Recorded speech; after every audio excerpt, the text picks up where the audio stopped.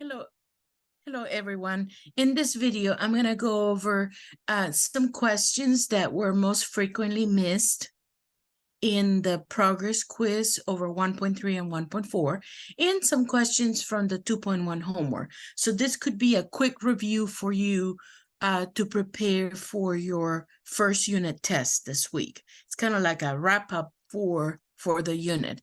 So I'm going to share my browser, and I'm viewing something in my lab that is only available to me. It's called the item analysis. It doesn't show anybody's grades, but it does tell me that 21 of you took this progress quiz and some of you took it multiple times. So that's what the 31 means. So I've selected some questions that were most frequently missed and that I think are important. And the first one that I want to concentrate on is 1.3.75, evaluating a function and identifying the domain and the range.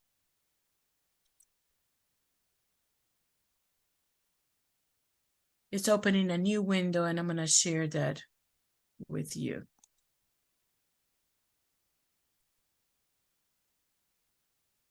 Okay, so the first question is the domain.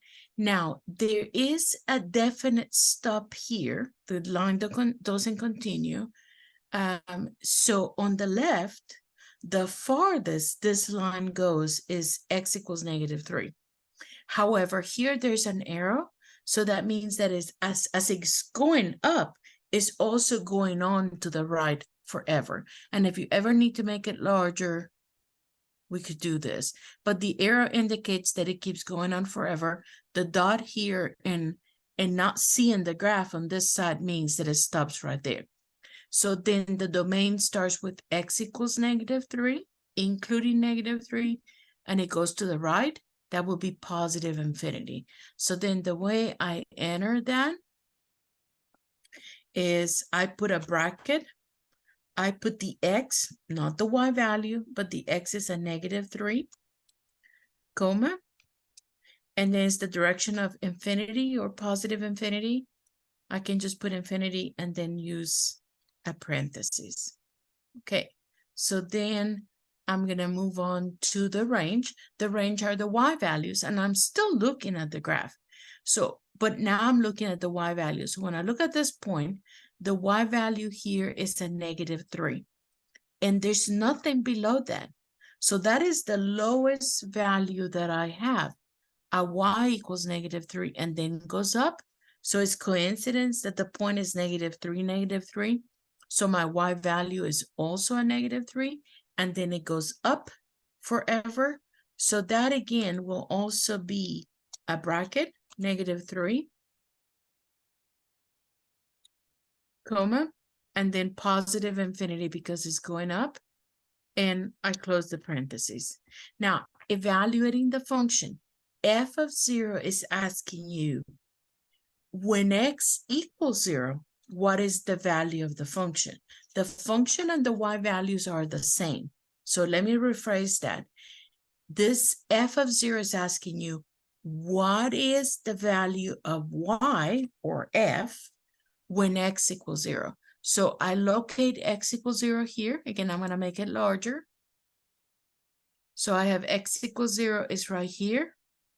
Then I ask myself, what is the y value? It happens to be also 0. The y value here is 0 because it's at the point 0, 0. So then the answer would be 0 here.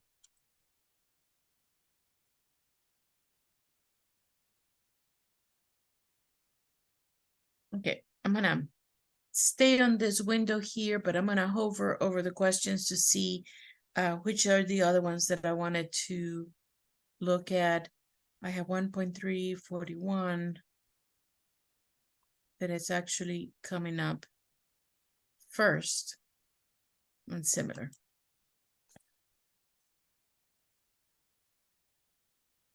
So this is another question that was missed quite a bit, and it deals with functions. It says a certain level of relative humidity, air at a certain level of humidity, air cools 5.1 degrees Fahrenheit for every 1 mile increase in altitude. Give verbal, symbolic, graphical, numerical representations of the function f that computes the change in temperature for an increase in altitude of x miles. So the first thing that I need to realize is x is the altitude in miles. So when it says that the humidity, at a certain humidity, the air cools 5.1 degrees per 1 mile in altitude increase, then that right there, it's like a rate. 5 degrees Fahrenheit per 1 mile increase. And so that would be like your slope, but it's based, it changes with the altitude, so it's going to be times x.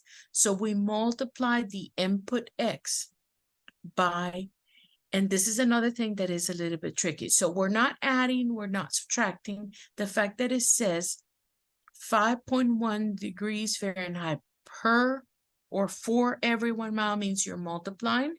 So we're multiplying, but then it cools, and that means that it's decreasing.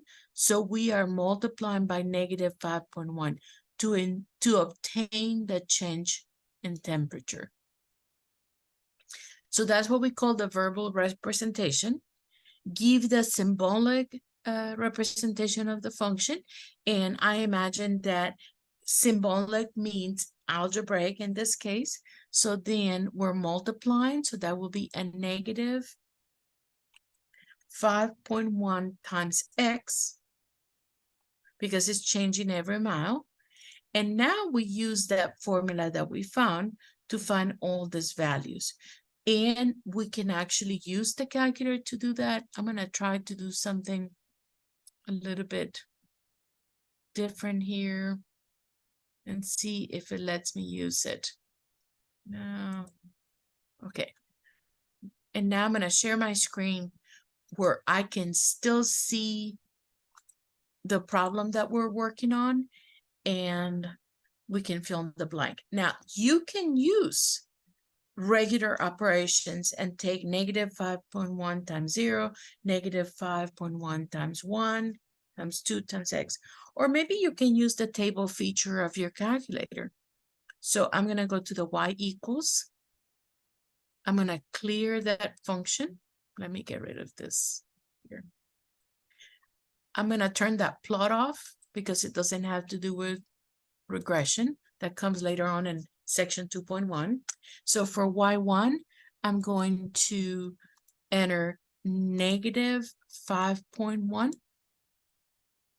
Oh, and I put that extra point there. So let me start. Negative 5.1x. I'm going to set up my table. So I go second in window. And I'm going to start, since it says x equals 0, why not start with 0?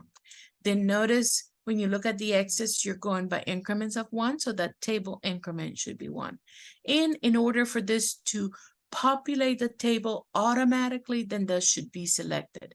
Now I'm going to look at the table. So I go second and graph.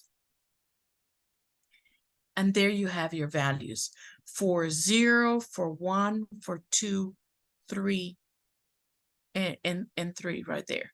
Now, I cannot go back to that file without getting rid of the calculator here. So I'm going to share this different screen.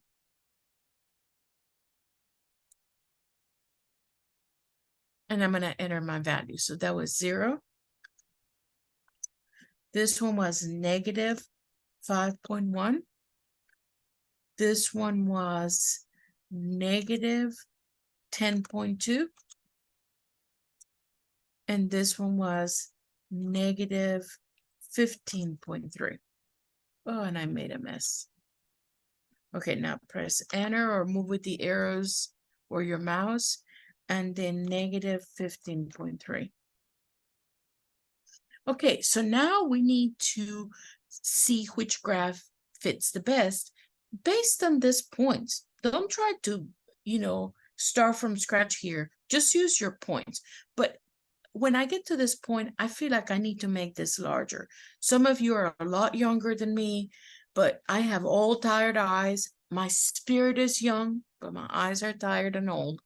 So this arrow can make it bigger, and then I can compare. So that will be 0, 0. The next one will be 1 and a positive, close to a +5. So this is definitely not the right answer. Now I'm going to look at B. Now B might be possible. So here is x equals 0. Here is x equals 1. And this is a -20, so it looks like a -5, -10, -15. So this could be close to a -5.1, -0.10, and a -15, a little bit off. So I'm thinking that B is the right answer. I'm going to look at the others.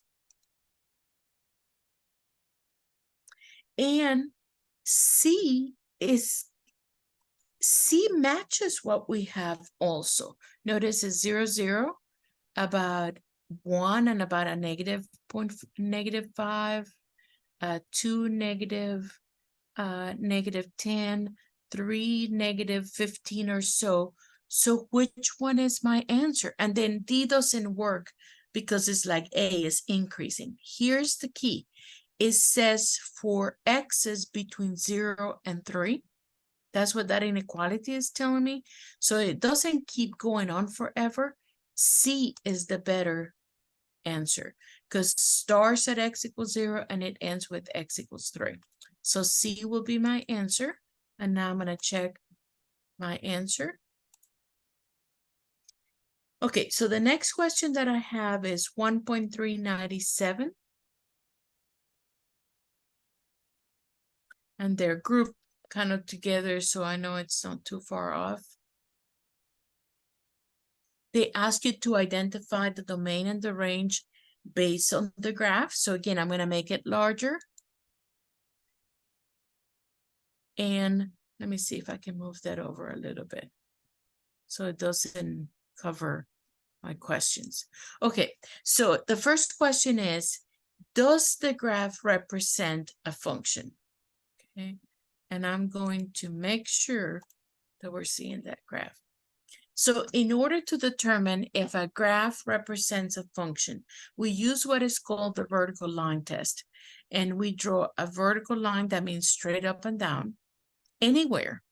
As long as it's crossing, that vertical line is crossing the graph in only one place, the answer would be yes, it is a function. Now, the domain, notice that it stops right here and right here.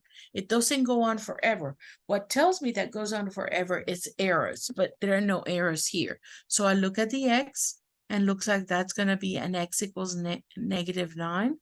And it goes all the way to x equals 9, including those points. So I'm going to come back here. And so, yes, it is a function. The domain is the interval in brackets to include the -9, comma, and a 9, and a bracket around it tells me that I'm including that. Now I'm going to look at the range. So I'm going to enlarge that graph again.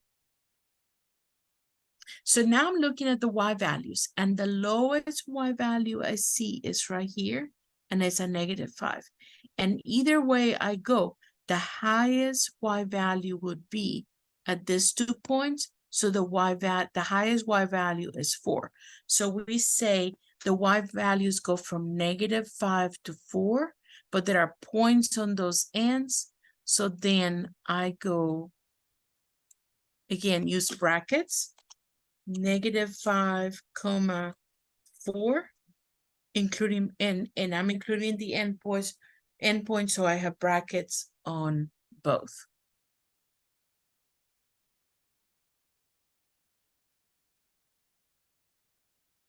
Okay, so now I'm going to move on to number 1.443. So this next one that I'm going to pick is actually from 1.4.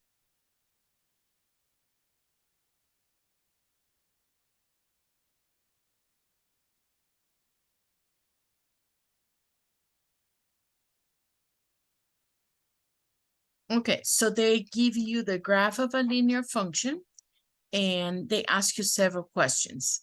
It says identify the slope, the y-intercept, and the x-intercept. Now, this, I don't have an equation. All I have is that graph. So I'm going to make it large. But I know that the slope is rise over run.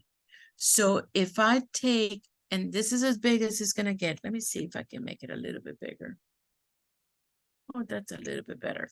Okay, so let's say I concentrate on this point, -2, 3, and this point 0, 7. So to go from here, I go up 4 units. So that means the rise is a +4 and go over to the right 2 units. So we're talking about a rise of 4 and a run of 2. So that means you have 4 over 2, and that reduces to 2. Now I'm going to go on to the y-intercept. I'm going to make it larger. That is the place where the graph crosses the y-axis. Here's your y-axis. And I see that it crosses at y equals 7. Now, it says to write it as an order pair. So the x equals 0 and the y equals 7. So then I write with parentheses 0, 7, and also close parentheses. This is a point. This is not an interval. Now they ask you for the x-intercept. So again, I'm going to go to the graph, and that is the point on the graph where, or the point where the graph crosses the the x-axis. Now this is not exact, but notice that it looks like each of those tick marks represents 1 unit. So this is -1, -2, -3, and -4. So it looks like it's between -3 and -4. So that will be -3.5. I would guess that it's a -3.5. And that's really my best guess by looking at the graph. And that's all we can do.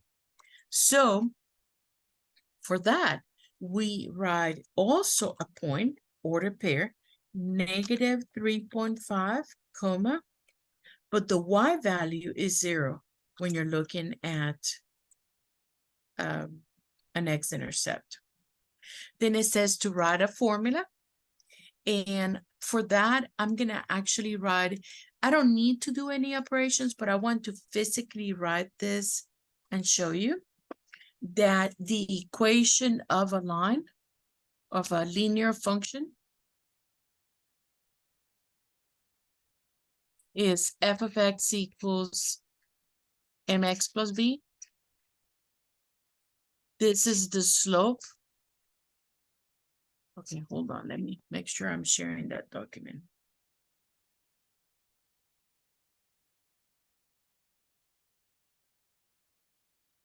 And this is the y-intercept.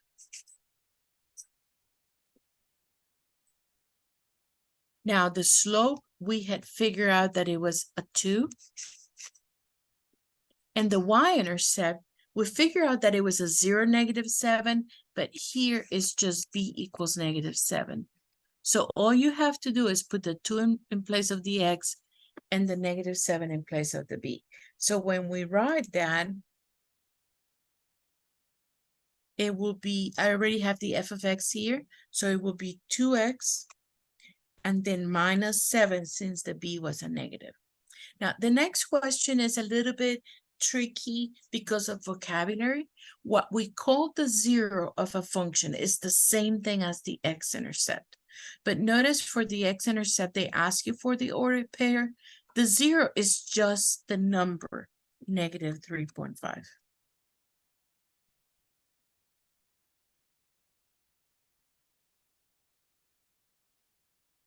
Okay, another question from section 1.4 in here was 1.473.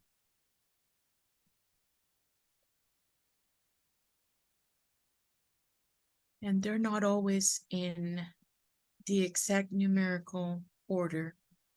A lot of times they're ordered by types.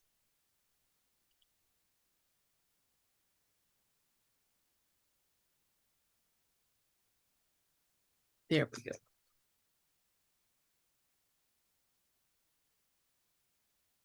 Okay, so I chose this question because a lot of people miss this kind of question, and I'm not saying that it's easy to comprehend, but there are some things that you need to, that we need to agree on before we can answer something like this. And when I say we agree on, it's really not, it's not up for discussion. I'm just saying in math, this is the way we interpret that.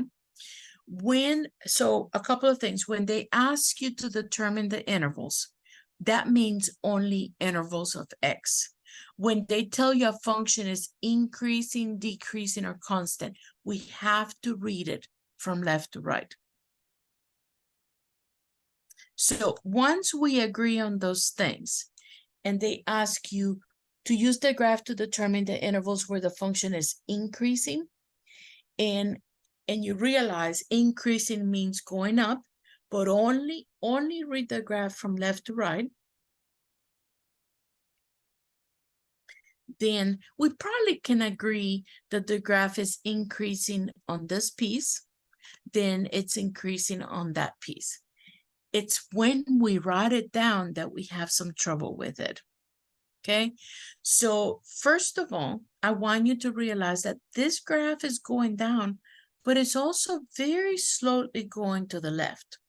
So I need to say that this graph is increasing to the left of x equals 0. I'm only using the x's to say, to give the interval. So the interval where this function is increasing is the interval to the left of 0. Those are x's less than 0. And that's when we use negative infinity. Not because it's going with that arrow right there, but it's because it's going to the left also as we go.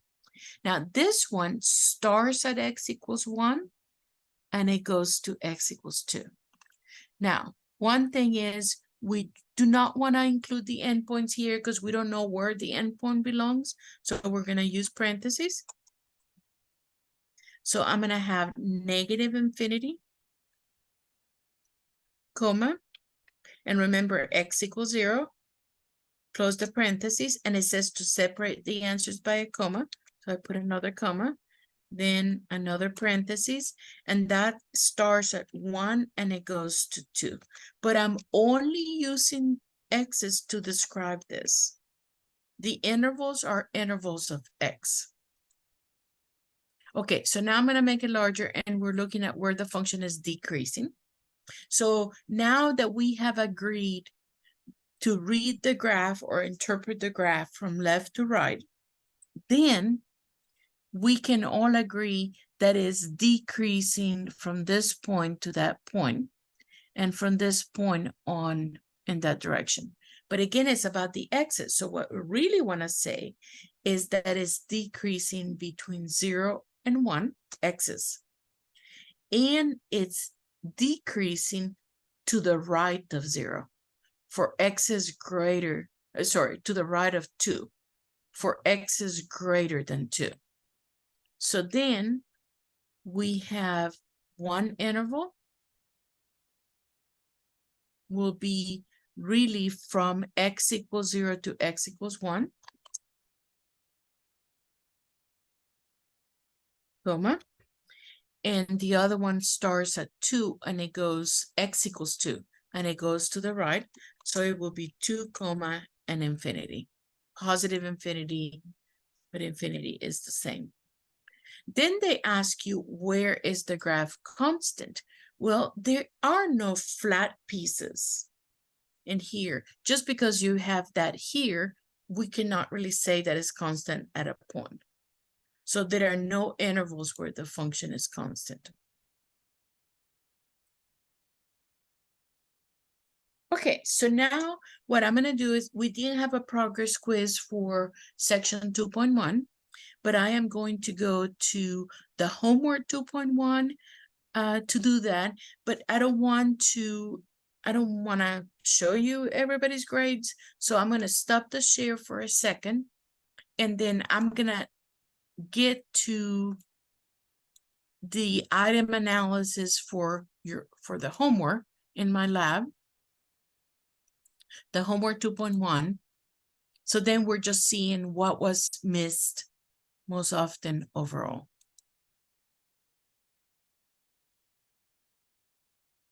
Okay, I'm gonna share my screen here.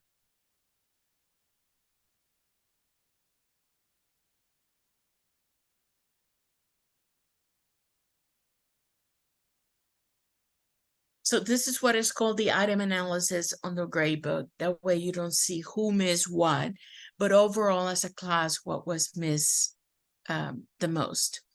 And this little triangle here tells me that it was done several times before collectively that question was mastered. So let me look at the correct answers. And 23 people took that. So far there are some 10s.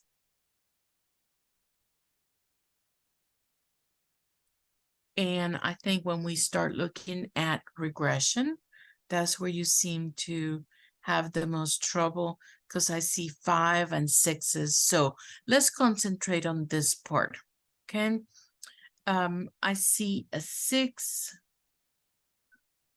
and a 5. So let me concentrate on 2.1.95.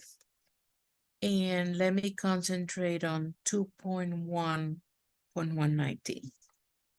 So let me start with this one here. And they seem to be all related to regressions, because they have that,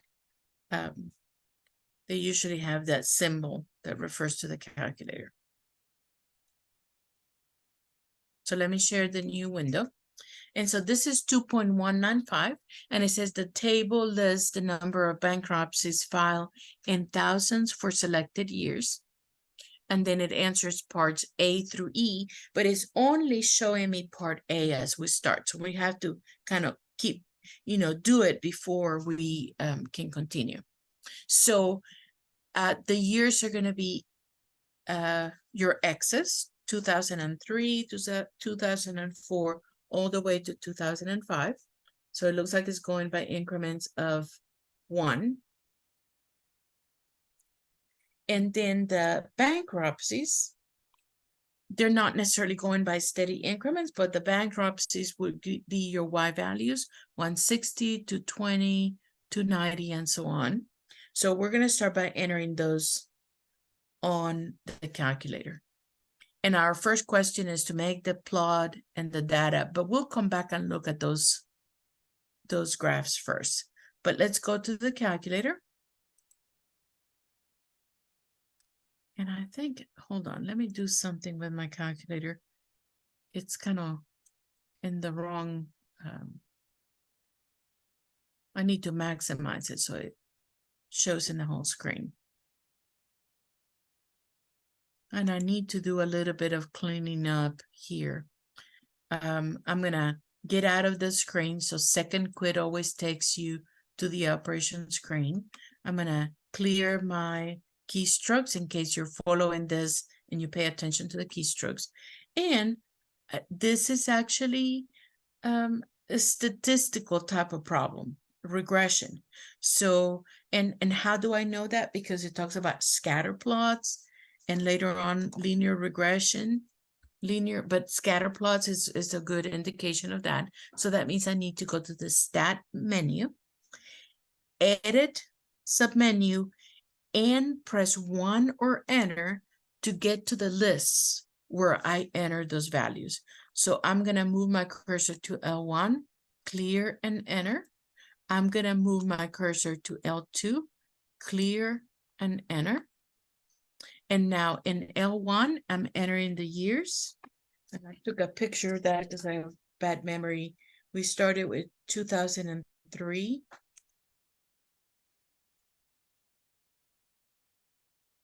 2004.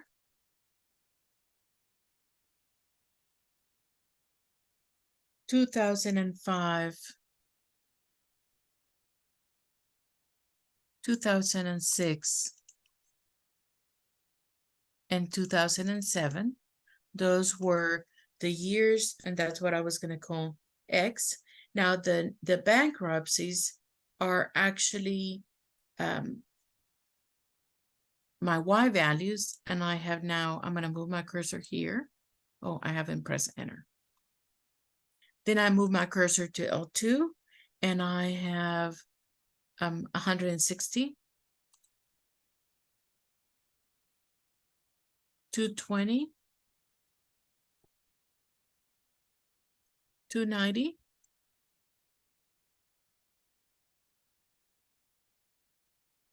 380,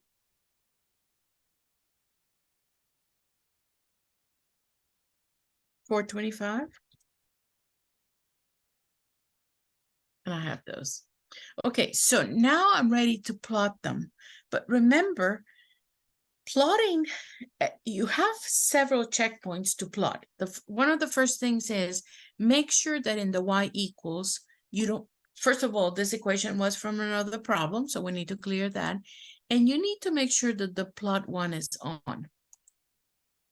The plot one is for scatter plots, but now we need to give it a window to be able to see the points.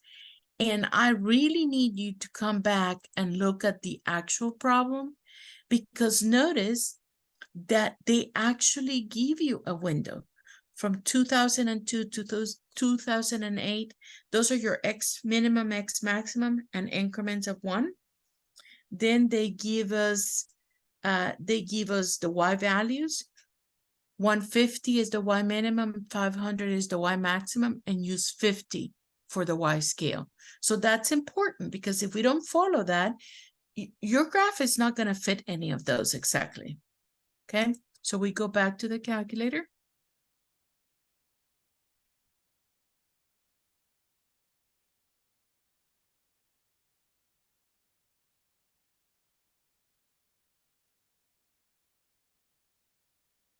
So we go to the window, and for the X minimum, we want 2002. Press enter. 2008.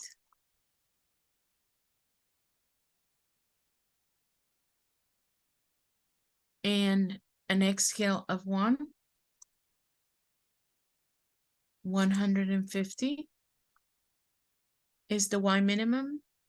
500 is the Y maximum, and they recommend increments of 50.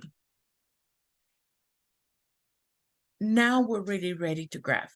You enter your points in the stat menu edit. You make sure the plot one is on here, and then you use the window that was suggested. Now we're ready to graph. So only one of these graphs fits this points, this picture exactly.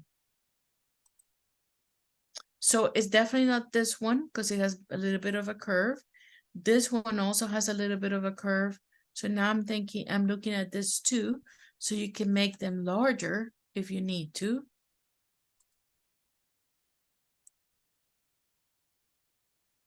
And when I look back at the calculator,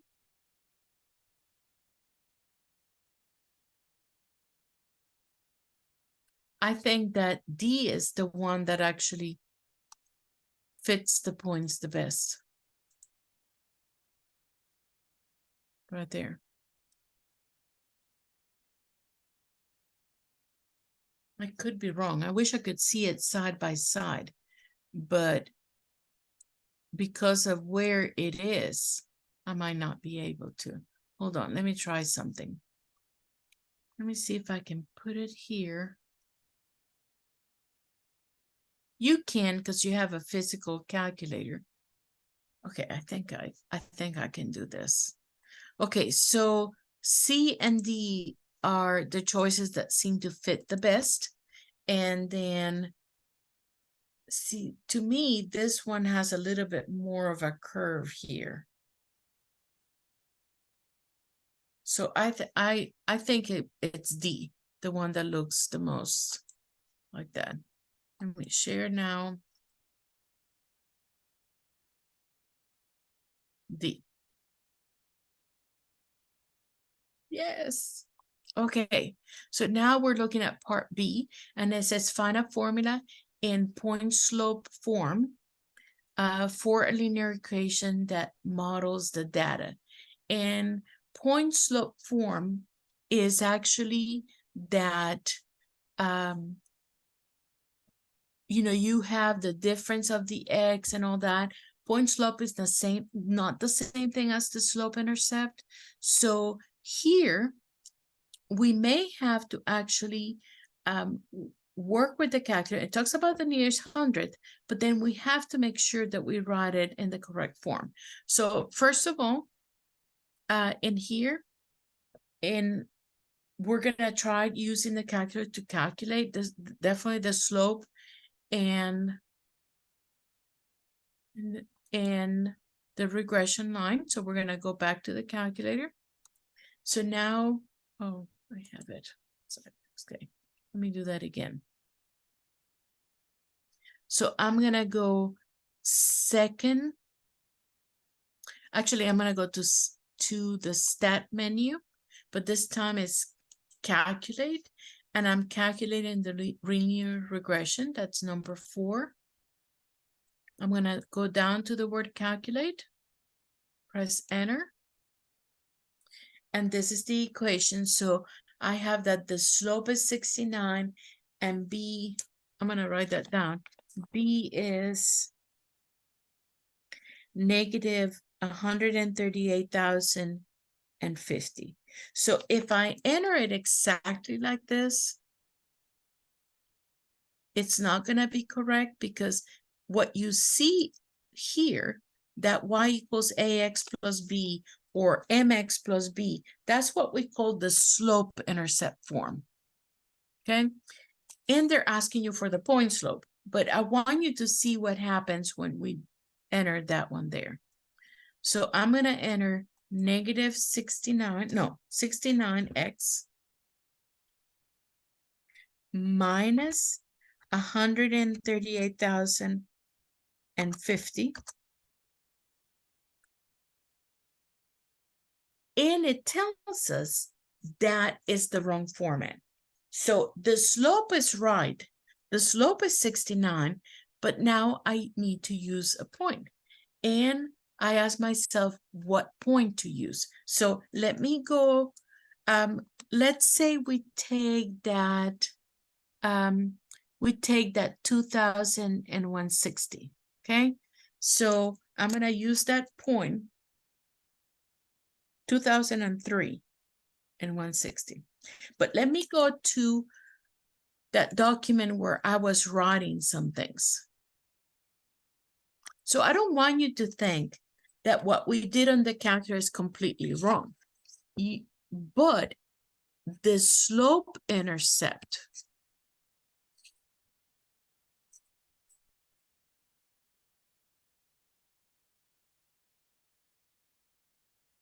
that's actually f of x equals mx plus b.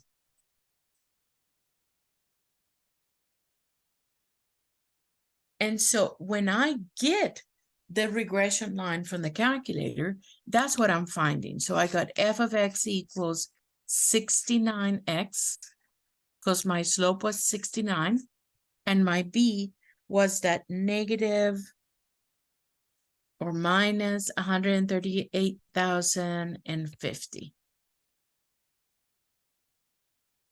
It's not that it's not the equation, but when they ask you for the point slope,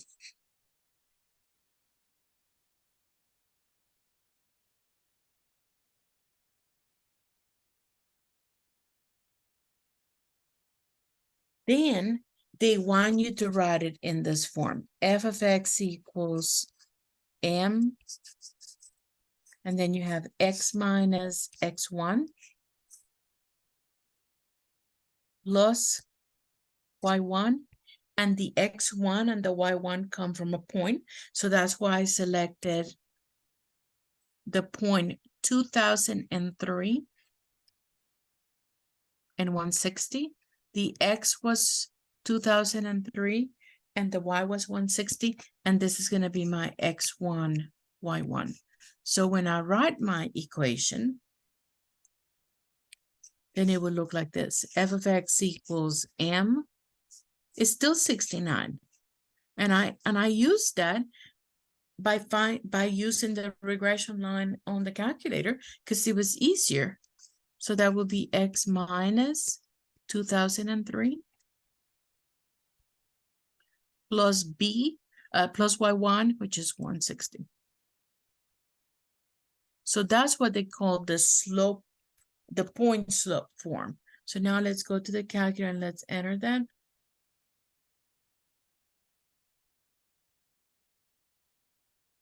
So I'm gonna come back here and correct that. Just get rid of all of it. So you have 69 plus the parentheses, and that will be x minus 2003 plus 160.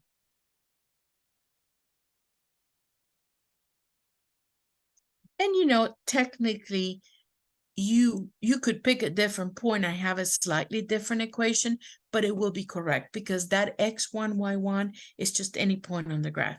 Now it says graph at the data and the equation. So we're going to go back to the calculator. We're going to go to the y equals, and we're going to enter here the 69 parentheses x minus 2003. And I did something funky there. Sorry. I was trying to use my keyboard and I cannot use the keyboard for everything. Yeah, that's it. I cannot do that. Let me use here. 69, close the parentheses, then x minus 2003, close the parentheses, and then plus 160. We already have a window, but I want to double check, make sure that the window they suggest is still the same as they did for this one. And it looks like it's the same here. So when I graph it, I just click graph and I see the line and the points. Now we need to match it to something, to what is closer. So for right now, let me go ahead and go back and look at some of them. So our line gets pretty close to the point. So I think D is not right. I think A is not right, but I'm gonna try to put the graph here on the side. Yeah, there's no way. But let me look back. I just have a really bad memory, and I would like to see them side by side. At this time I can't. But it looks like it's going through this 3 points fairly close, this one for sure, and this one is a little bit off. So when I look at my choices here, I can tell this here, there are 2 points that are quite a bit off. This one looks better, and here are 2 points that are better, that are quite off. And this one definitely was off. So it looks to me like B is a better choice.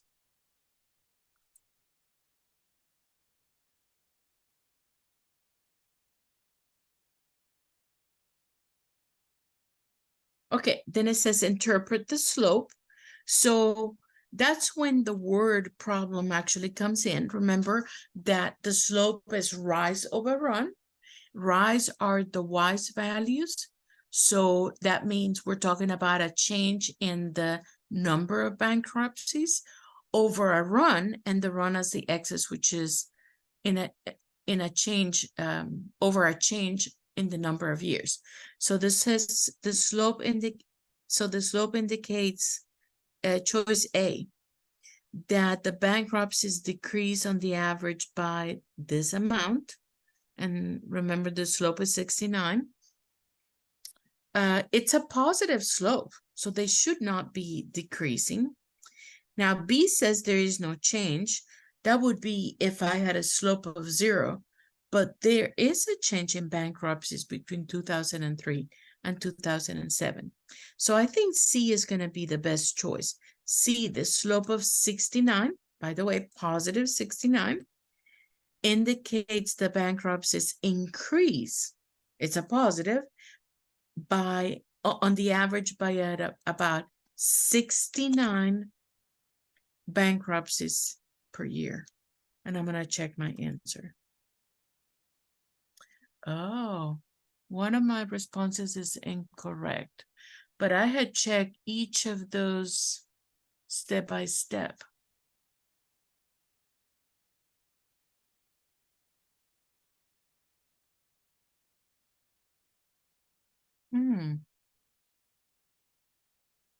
My slope, but it accepted that here. Let me see. That might be a glitch because it accepted it says one of my answers is wrong.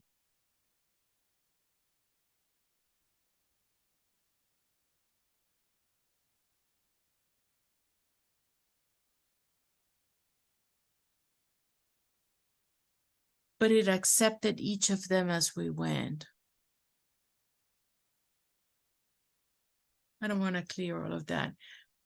Were those all the questions? No, there's another one, part E.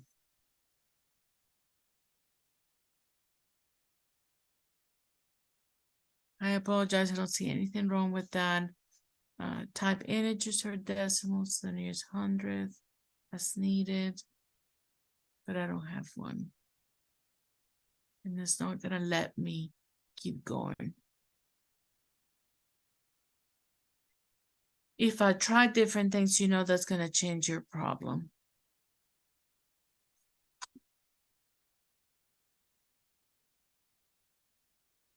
So I'm gonna stop there, but I'm gonna investigate what happens here. I'm not gonna clear it, and I'm gonna view an example. That's what you do normally anyway. So I'm gonna continue.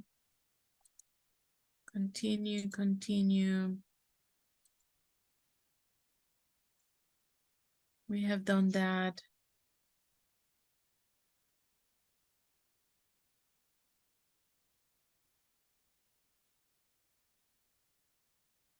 They use the last point. That's the only thing that I've noticed that is different. That I use the first point. Very interesting. Okay, so they're not doing this part with the calculator. They're actually doing it by hand. So okay, let me continue that. Yeah, they're doing it all by hand, not with the calculator. So that could be it.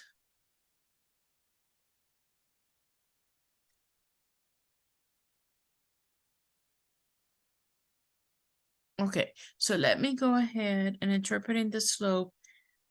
They are increasing. So I think that we have that right. I bet it's that slope that we found it with the calculator to be 69, but they're actually finding it with the formula. So I don't want to clear my answers, but it doesn't seem like it's gonna let me change that. So instead of finding 69 with that, let's see what happens if, because it took this one without any problem, and it said, good job. Let's see what happens if I use the first point and the last point to find my slope. It's tricky.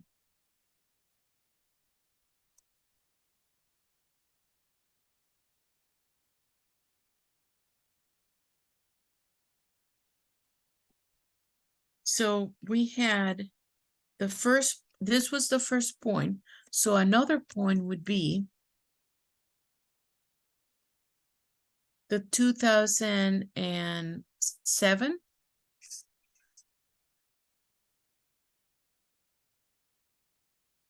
over 425. That's the only thing that I saw differently there, that they were calculating the slope, not directly with the calculator. So I take the this would be my y, this would be my x2, y2. And the formula is take y2 minus y1 over x2 minus x1. So that will be 425 minus 160. All of that divided by 2007 minus 2003. And I can tell the bottom part is 4. And then now I'm going to subtract real quick on the calculator. 425 minus 160. And it gives me 265. And see, that's not exact now because it's not divisible by 4. So now I'm going to divide it by 4. And it's 66. That's very interesting. 66.25.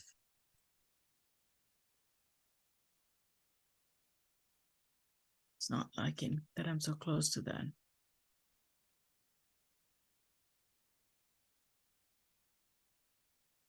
But it accepted the 69 that I had put in before. So let's see it if I follow these instructions, a decimal rounded to the nearest 100, and I use 66.25.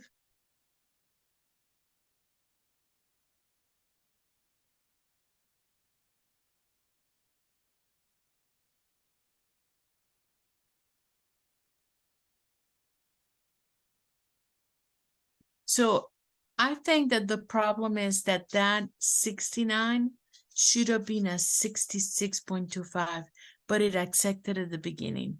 And so it's not going to let me answer part E until I change it all. And I don't want to do that because it's already long enough of an example. But I do want to say that E is asking you about interpolation or extrapolation. And let me make up a year. If they ask you, finding the estimate in the year 2005, 2000 and I don't know, 2010. Does it include extrapolation or interpolation?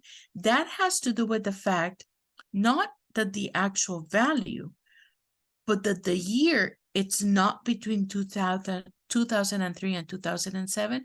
So the year 2010 or 2013 will actually involve extrapolation on that.